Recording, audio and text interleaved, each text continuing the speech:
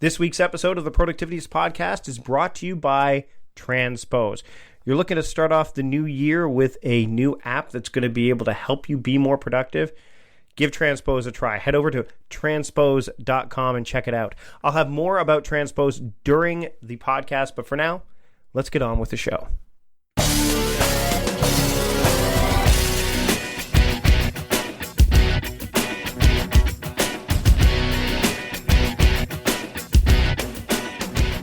Welcome to the Productivityist Podcast. I am your host, Mike Vardy, and I am really excited to bring to you the first episode of the show of 2016.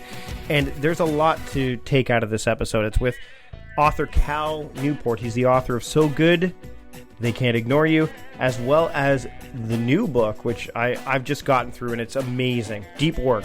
Rules for Focused Success in a Distracted World.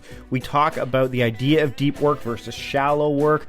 There's a lot that we get into, and I've always loved Cal's work and his writing, and I'm so happy to be able to share this with you as the first episode of 2016 and the last episode that we'll be doing on Friday, which I'll get to after you listen to the interview, as well as some of the other things that I want to touch on related to deep work and how this book, the ideas in this book, which are not necessarily new to me, have definitely presented something new for me to work on in the months ahead. So this is a great way to start off your year. I highly encourage you to listen to it. You've got the day. It's January 1st. I would imagine that most of you are not necessarily working today. Take the time to listen to this episode.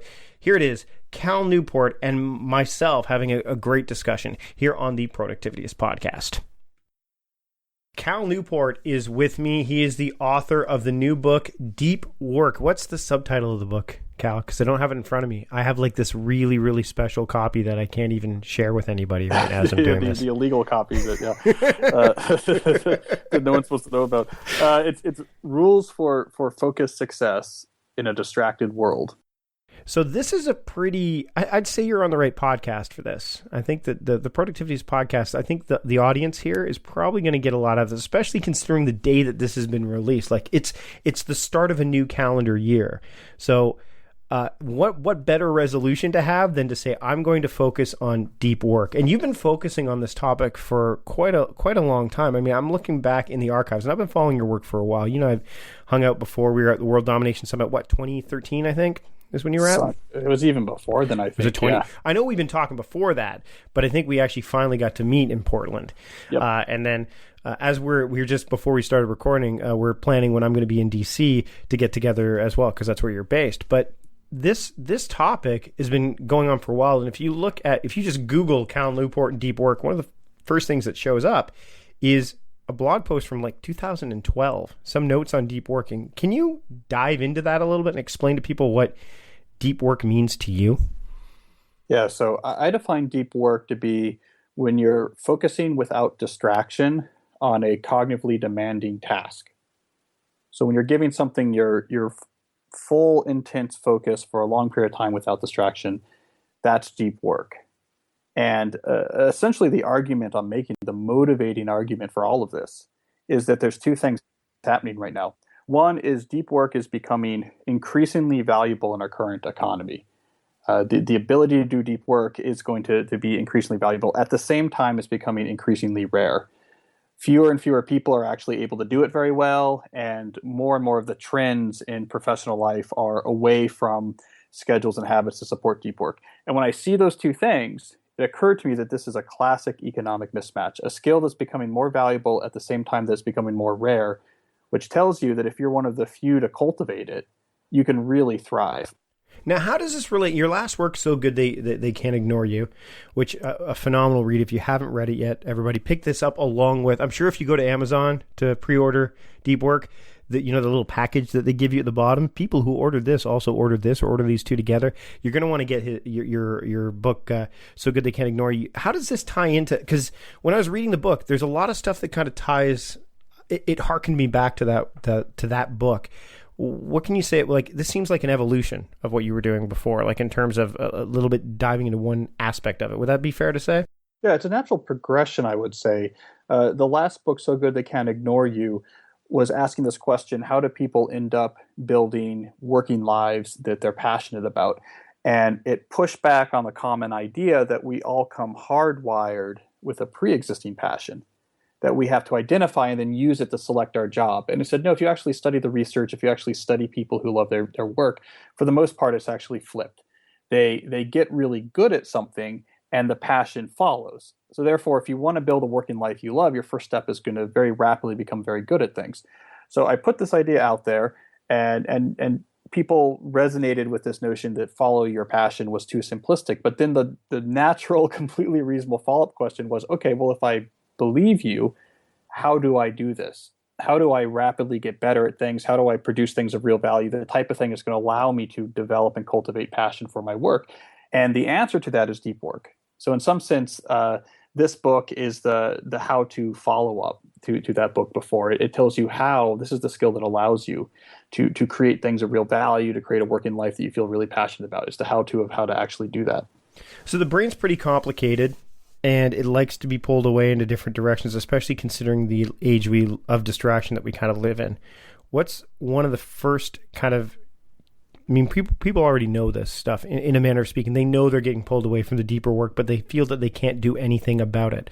What's one thing that, I mean, just without giving too much away, what's one thing that they could do that's maybe even simple and just something small that they can do to start to recognize that they can carve out or that they can start to carve out this time that they need so they can have the focus they need to do the deep work? What's one thing that they could start to do just now? Quit Facebook. Now, that sounds simple, right? And it really is. I mean, if you're willing to let it go, how were you ever on Facebook at all? I don't think you were. I've never been on Facebook, no. Okay. So what about the argument that, well, but it's how I connect with my family members that are across the miles, or it's how I do that, or it's how I do business? Some people are like, well, I'm building a business and Facebook's a great brand. What is the argument? What do you say to people who have that argument against leaving Facebook behind? Well, the specific point about quitting Facebook, I think, hits a larger philosophic point, which is if you really want to make your ability to focus, your ability to work without distraction, a primary goal of your professional life, something that you really center your life on, there's things you can do that helps indicate to yourself that you're taking that seriously. And so when I advise that more people should quit Facebook, not everyone, but that more people should quit Facebook, it's not necessarily that will suddenly free up so much time that you'll have open schedule and be able to do deep work without any problem. It's more about recognizing that these services have been cleverly marketed by these companies in California to make us feel that they're somehow at the core of our modern culture and society. But the reality is they just operate in an attention economy. They have very high-priced psychologists who work on making these as distracting as possible, developing these applications to grab our attention and to distract us as much as possible. So it seems to me, if you want to prioritize focus and the ability to concentrate in your life, stepping away from this attention economy, this economy where we have people being paid tons of money to figure out how to distract you, psychologically speaking, is a step in the right direction. It's not unlike once you decide that you're going to take maybe running seriously as a hobby, quitting smoking. I see it in a similar sort of analogy. These services have been marketed as this is the key to modern society. The reality is it's an ad selling business, and the whole industry is built upon grabbing your attention. One of the things that I was going to touch on is, and I think I talked about this with when Clay Johnson, this is on one of my older podcasts when we talked about the information diet, is this idea of so much information coming at us all the time, and that pulls our attention away. Do you have a smartphone? I do have a smartphone, though it was somewhat reluctantly foisted on me. And I think, in the beginning of the book you mention it, I think, right? Didn't you say it was kind of, I think you've mentioned it to me before. Maybe it was in the beginning. It was the beginning of the it was the birth of my first son. Right. My wife said you have to have a phone that works. You have to have a phone that I like. The text messages will show up and I can send you photos. And she forced me to get one before he was born. So you're not an Instagram dad. We're going to assume that right from the get-go. Not. Yeah, I've never had a social media account. So I'm not an Instagram, but I do get. My wife does text message me pictures of our boys, which I do appreciate. So I have a feeling I know the answer to this, or at least part of it. But when you got that smartphone, what was the first thing that you did with it? Well, when I first got it, well, Because, I mean, it comes preloaded with what it wants you to do, right? yeah, I guess it does. But I'll tell you, a smartphone is a different experience if you don't have those social media applications on the smartphone. It's a completely different type of appliance in your life. Right. All this sort of these push notifications, look at this, here's something, the ability to just hit a button. The engineers of these services are great at the experience of the app for something like Facebook or Twitter or Instagram. You just press this button and there's something interesting about you right away. And they minimize the movements of your finger necessary to see something more. Continual scrolling, this notion that you could keep scrolling and it just loads automatically, that was invented by attention engineers to get rid of friction points so that you would keep paying attention. If you don't have those apps on the phone, it basically acts a lot like an old phone, except for it has a map on it, which is useful and it's a little bit larger. The other thing I noticed about, and this is something I've done with my smartphone, is that, and I have an iPhone, is the default used to be accept push notifications. That's generally, people normally hit the okay, right? Okay, no matter what app it is, Game Yep. Center, Yep. Even the task management apps, even anything like that, it wants you to accept it. And in fact, some of them don't even ask you. You just have to go in and turn it off. The phone is not designed for you. It's designed for the company to get you to kind of, I mean, Apple would love you to know how that phone works inside and out. That's what they want you to do, because that way you'll get the most out of it. But I think that what you're saying is not just for social media, but kind of understand what the tool is and don't become, what was it? Was it Thoreau that said the tool, the man becomes the tool of his tools, or something like that? Some quote like that, where I think it's critical that if you're going to do deep work, if you want to do deep focused work, you need to mitigate the distractions that you brought into your own life yourself, and a smartphone's definitely one of those. Yeah, I think that's definitely true. I think one of the issues that's gone on in our culture with this discussion is that for too long there's probably been a focus on the distraction end of it, and the conversation about, and I'm of course playing into this somewhat with my somewhat facetious call that you should all quit Facebook. I'm being a little facetious with this. I think just having some fun with Mike here, but the conversation when it focuses on are distractions good or bad can often be a counterproductive conversation because it's a hazy question, right?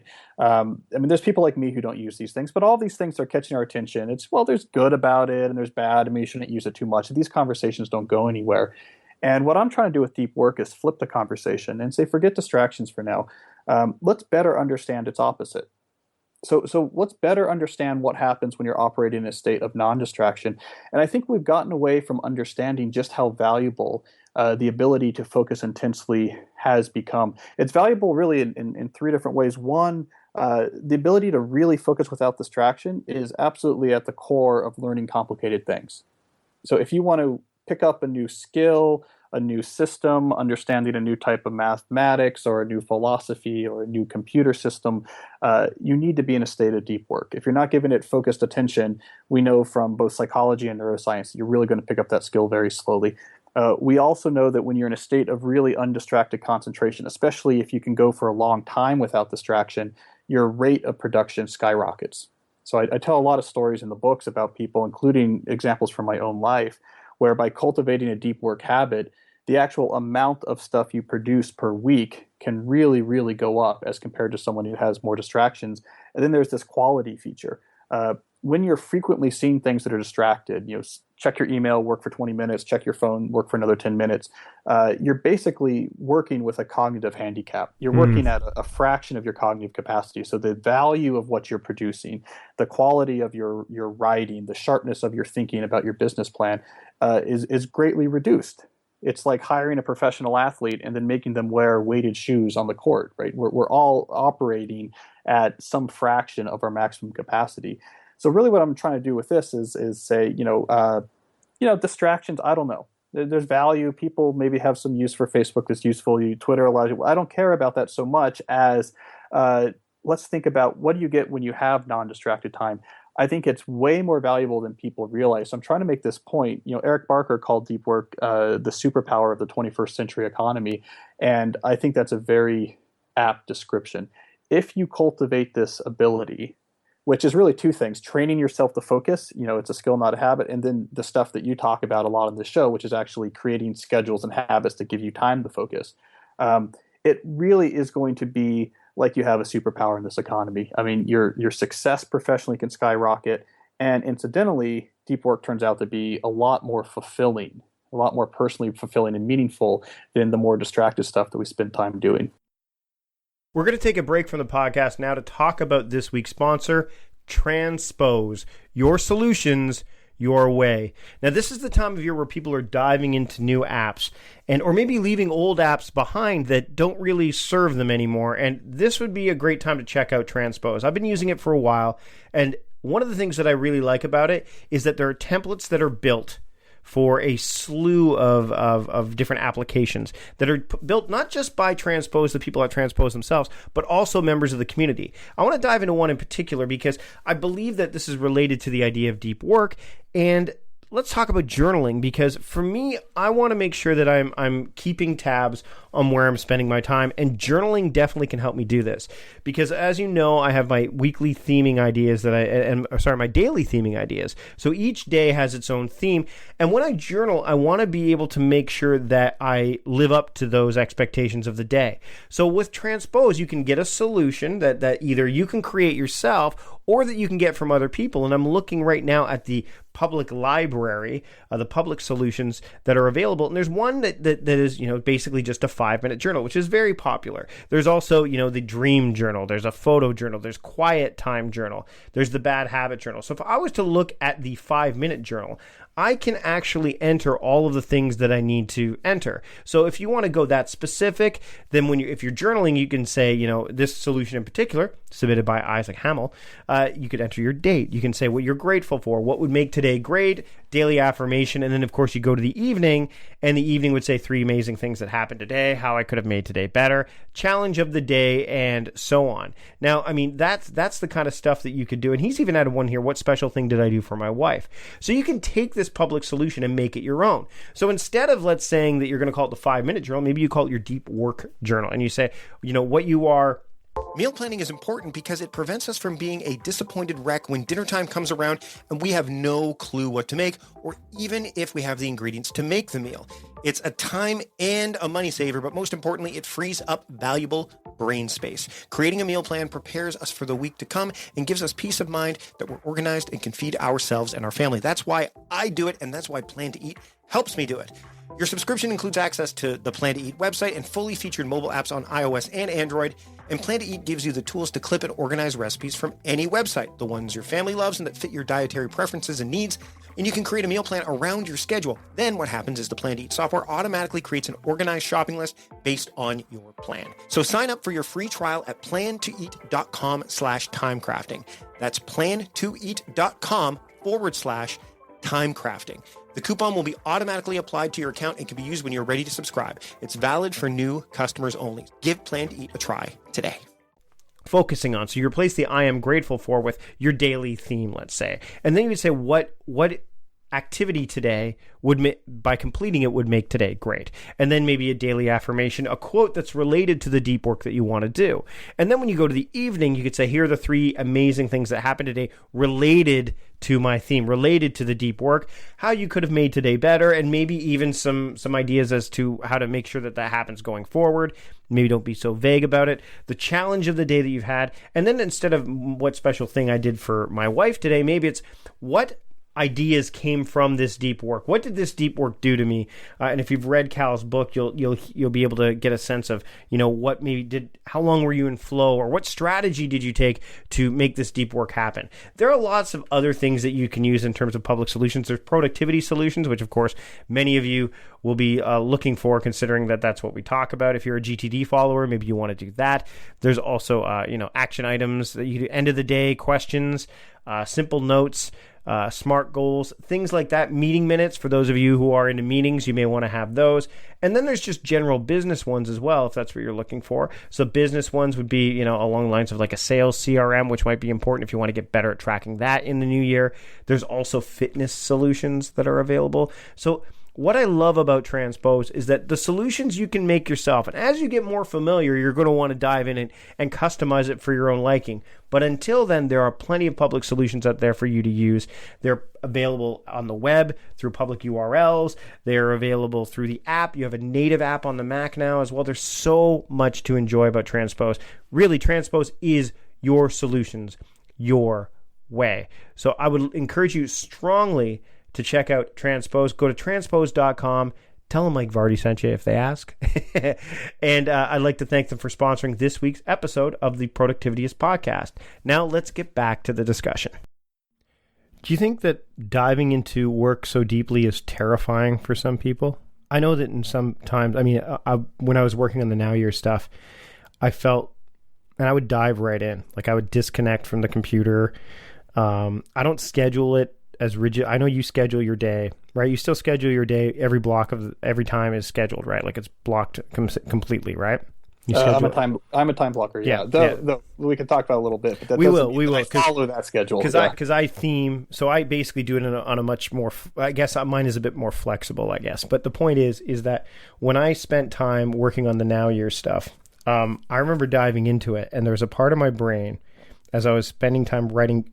And I think this is the part of your brain that really, it's that fight or flight part where it's like, why are you working on this? No one's really going to get it. You're going to have to work really hard to make it. Wouldn't it be easier just to go write a blog post right now? Like, I mean, honestly, you could have probably spent time blogging instead of writing the book, but you dove into the book work, right? Like, so do you find that people are terrified, and why? Why? Because, I mean, it does come up. Yeah, I think this is a very relevant point. And I'm glad I'm on your podcast because I can actually unleash my inner productivity geek in a way that I can't always do when I'm talking to most audiences. Because when I look at the world of productivity, I like to think of it in version numbers, right? So we had sort of productivity 1.0, which is where you have day planners and maybe culminating with early GTD, original GTD. It's all about, hey, you want to make sure that you understand your obligations and that you have them stored and organized and you're getting done the things that need to get done. That's 1.0. Then we get productivity 2.0, which happens in the 2000s. And this is where we get, for example, Merlin Mann's evolution towards, focusing on work that matters. Is where we get Tim Ferriss. It's where we get the new version of GTD, where it's not just about cranking widgets, it's about cranking widgets so that you can make time to do the other things. Mm-hmm. And so productivity 2.0 is all about not just organizing what's in your life, but being selective about what's in your life, automating some things, eliminating some things, being more efficient in batching what's left so that you can clear out time for the things that matter to you. Now, I think productivity 3.0, which is the movement I like to think that I'm a part of, is saying, okay, but then what do you do during those times? This assumption that if I could just clear out my schedule and be more automated and have more free time, I could really do the things that matter. It leaves out the reality that actually it's pretty hard and scary once you've cleared some time and you have this big block. What do you do during that time? And it turns out that I think the reason why a lot of people end up afraid of that when they get there and retreating back to a much more satisfyingly feeling busy, let me do a lot of emails and jumping on calls and such. The reason people retreat back to that is because the skill of how do you actually take time and produce things that are important to you, produce things of value, be creative, that skill itself has to be trained. And so a big part of deep work, for example, is you can't just expect that if you have time protected, that you know what to do, that you'll be able to show up and really produce things of real value. It turns out that ability has to be trained just like any other skill. I think people think incorrectly sometimes that deep work is a habit like flossing. They know how to do it, it's just a matter of they need to do it more often. But it's not. It's more like a skill like playing the guitar. It's something that you actually have to practice and train before you can expect to do it well. So I think a lot of that terror that you're talking about, at least some fraction of that, comes from the reality that when people actually face the long unbroken block with the aspiration to do something important, they're coming across the reality that they haven't trained their brain to really be able to focus intensely and fully leverage all of their skills and produce things they're proud of. So that's why sort of a big part of the deep work push is not just the productivity 2.0 stuff. How do you clear your schedule, be on top of your stuff, don't be overburdened. It's also this productivity 3.0 stuff. how can you do cognitive calisthenics? How can you train your brain to the point where you're able to actually take advantage of those times to do things that matter? Yeah, you're teaching a different way of operating. It's a completely different phase. And I think this is why it's becoming more rare, is because increasingly because of the various, not just tools in our life, but honestly just the trends in the workplace, the trends that organizations are pushing from a management perspective, is that people's brains are being trained to the point where they're not able to really do good deep work. So you give them free time and you can't really do much with it. It produces anxiety, your attention's all over the place, it's physically difficult. But the good news is you can gain it back, but it does take some training. I guess one of the things I can kind of liken it to is an improv. I used to do improv, and one of the things that, obviously everything comes fast and furious. There's not much thought to it, right? You have to take whatever the other person gives you. You're not supposed to go out with any kind of preconceived notion of what you're going to do.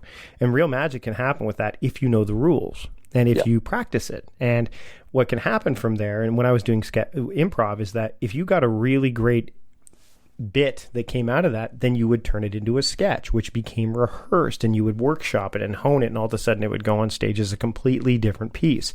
I think that the biggest problem, and I want to address this, is that you and I probably me especially, is I have a lot of freedom because I'm my own boss. So I can say, hey, you know what? I'm not going to check email first thing in the morning. So I can do what, you mentioned this off the top of Carl Jung, and I never, is it Jung or Jung? I can never figure out how to pronounce it. I had to look it up. It depends if you, use the pretentious German pronunciation. Jung is what you say if you're using the Americanized pronunciation. If you're using the Germanized, it's supposed to be Jung. Okay, well, we'll just... Oh, my goodness, yeah. So he is able to say, I'm going to spend the first, he had a ritual that he basically lived up to that, he wouldn't have checked email in the first thing in the morning if he had it, because it wasn't his agenda. And I touch on that, and I know you do as well. But what about those people who don't, how do you tell people who will come to you and say, look, I'd love to dive deeper into my work. I'd love to do this. I'd love to do some deep work with relation to this part of my work or this job or what my vocation is. But this culture of immediate response and urgency is preventing me. How do they combat that? I know you're okay. Your next answer is read the book, but beyond that, how can they do that? Yeah. This is one of the core questions, I think, of our business culture right now. There's a couple things that are relevant. One is, I sort of take pains to point out that there's several different philosophies you can use to integrate deep work into your professional schedule on a regular basis. And just understanding that you have options is so crucial, because it allows you to actually work with the reality of your job. I found this counterproductive, where you take an example of someone who is, just a beautiful example of deep work, someone who lives in a cabin in the woods and does nothing but deep work. And if you try to shoehorn that into your life as, say, a management consultant or something, it's just going to be a recipe for failure. It's not going to work. It doesn't fit the reality. So it's important to recognize that there's multiple different philosophies for how you can integrate this into your working life.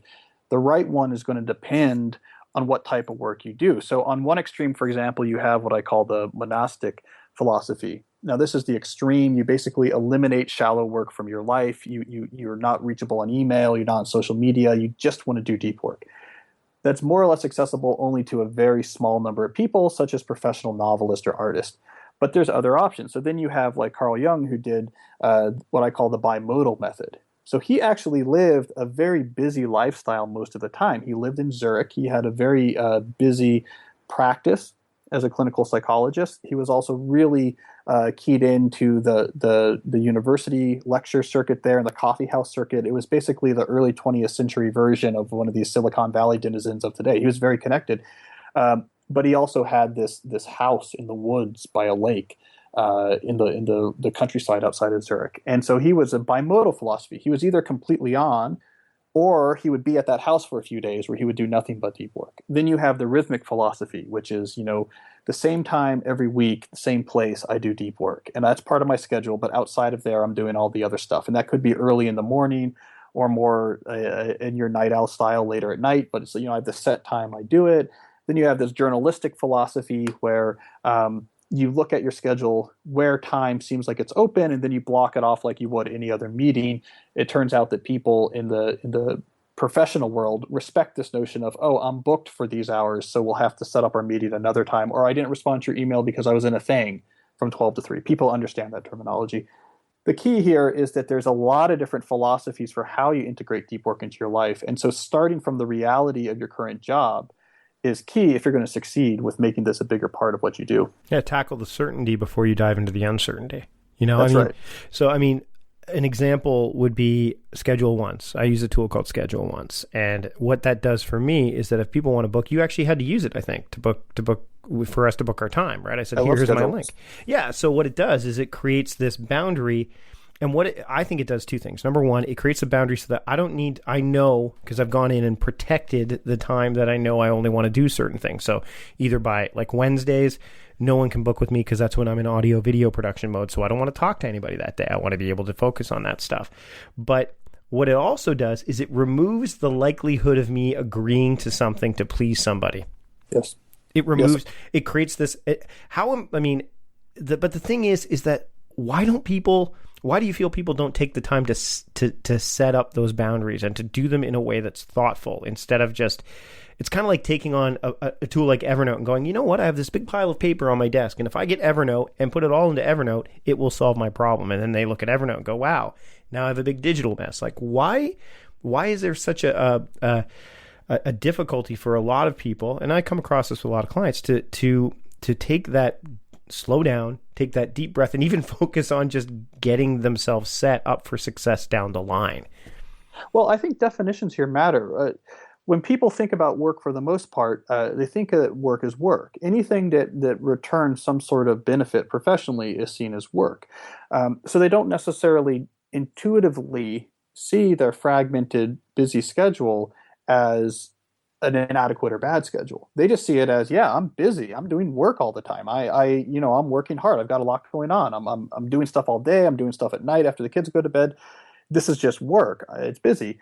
The reason why I think definitions are important is when you step back and say, well, there's really two types of work. There's deep work, which is where you're focused without distraction. You're using your skills at your highest capacity and you're producing real value. And then there's shallow work, which is where you're doing more logistical type things. They don't produce a ton of new value. They don't use hard-won skills, and they're more easily replicatable.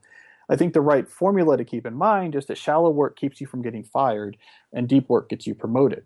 Once you actually have this split, and you see your work in these two different types, then suddenly you look at the schedule that you previously thought was, well, yeah, I'm just busy, but I'm doing a lot of work. I'm getting after it. I'm crushing it. Look at all the stuff I'm doing.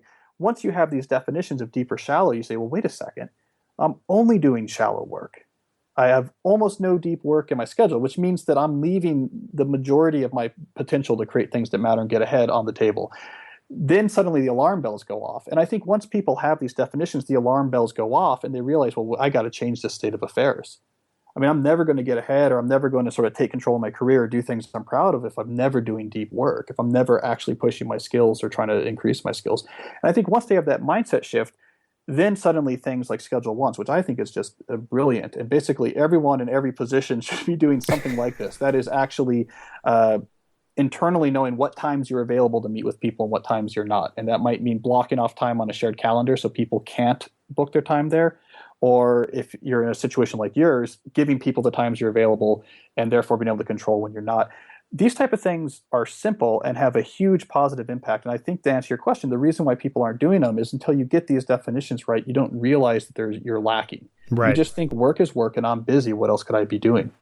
Well, and I think people, for those, by the way, who are listening, are like, Schedule Once, I can't afford that. There's one called Calendly, which is free, and you could use the same thing. So if you're worried about pricing, because that's another thing, it's odd because there's resistance that always comes up. And one thing I want to touch on before we shift gears a little bit is the term shallow work. I get it. I totally, and I understand what it means.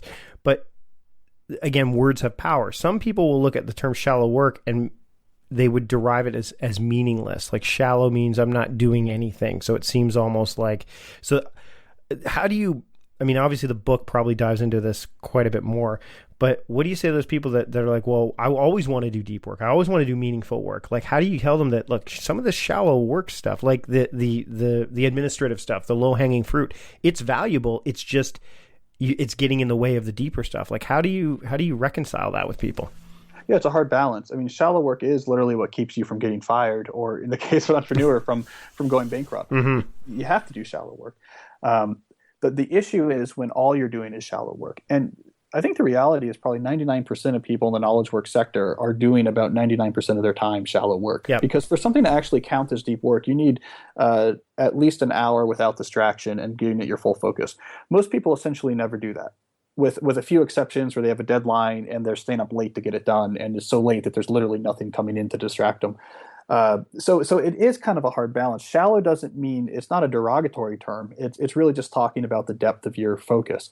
But it is important to understand that it doesn't really create a lot of new value, and it's easily replicatable. Like most of the stuff you do is shallow work. You could take any reasonably bright 21-year-old college graduate, and they could probably do that as well for you, which is a sign that it's not actually using skills that you've spent a lot of time to build and leveraging them to get back value. So it's a low ROI. So it's you have this tension of I have to do shallow work, but on the other hand, I'm wary about it. So I try to keep it minimal, and I try to use productivity 2.0 tactics to be as efficient as possible. Batching and automation and all the other things that are coming up out of the productivity 2.0 world. All of those are great for keeping shallow work under control in your schedule. But this notion that you can get rid of it altogether is going to be problematic. Awesome, Cal. As usual, it's been a real treat to talk to you. I've been following your work for a long time. We've hung out, we've chatted. We're gonna go catch a hockey game when I'm in DC, so that's gonna be awesome. I want people to find your work because you do great stuff. And where can people get the new book, and where can people find you online? Clearly not on Facebook. Yeah. You can't tweet me to find out about it. The book you can find, anywhere books are sold, Barnes & Noble, Amazon, etc. And you can find more of my writing at calnewport.com. I myself am not that accessible. I'm not on social media. I don't have a general purpose public email address, mainly because I really like deep work. But I'll end with this pitch. This lifestyle I'm proposing here, this lifestyle where you train yourself to do deep work and you prioritize deep work in your life, it's not for everyone. There's some jobs where it doesn't make sense. Some people are very extroverted, and it's much better for them just to be out there and connected to people. So it's really not for everyone. But for the few to whom these ideas resonate, I really encourage you to think about it and look more into it, because a deep life is a really meaningful, satisfying life. When you're doing a lot of craft, a lot of deep work, and doing a lot less shallow work than most people, the work you do is just more satisfying. It produces more value. It's a pretty good way to live. So for those who this resonates with, I know it's not everyone, I really encourage you to look deeper into it, because it could make a big difference. I can attest to that. And actually, I'm going to take steps to do even more deep work, because I know I got a book to write. So I can't afford not to. Thanks so much, Cal, for joining me on the podcast this week. All right. Thanks, Mike. There you have it. Another really great conversation with somebody who I've really admired. He wrote the foreword to my first book, The Front Nine, How to Start the Year You Want, Anytime You Want. I'm fortunate to call him a friend, and I just had a great time talking with Cal. So go ahead and pick up Deep Work. It's available to read as of January 5th, but you can pre-order it now from Amazon or wherever fine online books are sold. Get the paperback version, get the hardcover rather. Get the paper version of this book. There's a lot of great nuggets in there. It's a fantastic read. It's a deep read. I won't kid you there. Cal's books, you really need to. I spend a lot of time, reading them. I just enjoy his work, and if you've ever read his stuff at calnewport.com, you'll know exactly what I'm talking about. A lot of people really, really respect what Cal has done and does with his work, and I am among those people. Now, speaking of deep work, one of the things I'm focusing on in the months ahead, as you all know, if you've been listening for a while, I start my new year in September. So I am literally 4 months into my year, which means I've got 8 more months to go. And over the next 8 months, I'm going to be focusing on really deep work. So I'm limiting my coaching clients. I'm going to be limiting a lot of things and focusing on developing the Now Year method to a higher level, working on a book project that I really want to get out there, working on some deep stuff so that I can deliver better and better and better. So that's what I'm going to be focusing on. In fact, I encourage you, if you want to see what I'm going to be working on personally outside of Productivityist as well as within Productivityist, head over to mikevardy.com/now. I'll be updating that page quite regularly. So if you want to see what I'm working on in particular, that's where you'll be able to go. Of course, Productivityist will still be updating, as will this podcast, but as of next week, the podcast will be released on Mondays. I polled people over Twitter as well as my Patreon supporters, which of course, if you want to support the podcast, you can go over to patreon.com/productivityist and support at any level in which you would like to. What I did was I said, when would you like to hear from me? And most people said early in the week, and the majority of people said Monday. So on Monday, that's when we'll be releasing the podcast going forward. And next week's episode is going to kick that off. So we're starting this. Consider this a bonus episode for you this week. And of course, if you are a Patreon supporter, you got the whole episode, the whole interview. So I encourage you to shift gears and start listening to me on Mondays or early in the week, whenever you decide to grab it off your podcatcher of choice. And if you want to become a supporter, again, head over to that Patreon page at patreon.com/productivityist. Or, and I'll throw another call to action out there. If you're not able to support monetarily, then head over to iTunes or your podcast aggregator of choice and give us a rating and review. It really helps more people find us and can I'd love to have more people listen to discussions like I have with Cal Newport. I'd like to thank Transpose for sponsoring this week's episode of the podcast. Head over to transpose.com and you can check out all that they have to offer there. Now's the time of year where if you want to get a little bit more organized, Transpose can help you do that. It's a great app. I would highly recommend that you give it a look as well. So maybe get a reading list and add deep work to that reading list, a book list, a library list. I'm big on reading in 2016, and I think that you should too. And I'm especially big on deep work and on continuing to deliver this podcast to you each and every week. Until next time, I'm Mike Vardy, your host and founder of Productivityist, as well as productivity strategist, father, husband, and writer, reminding you to stop guessing and start going.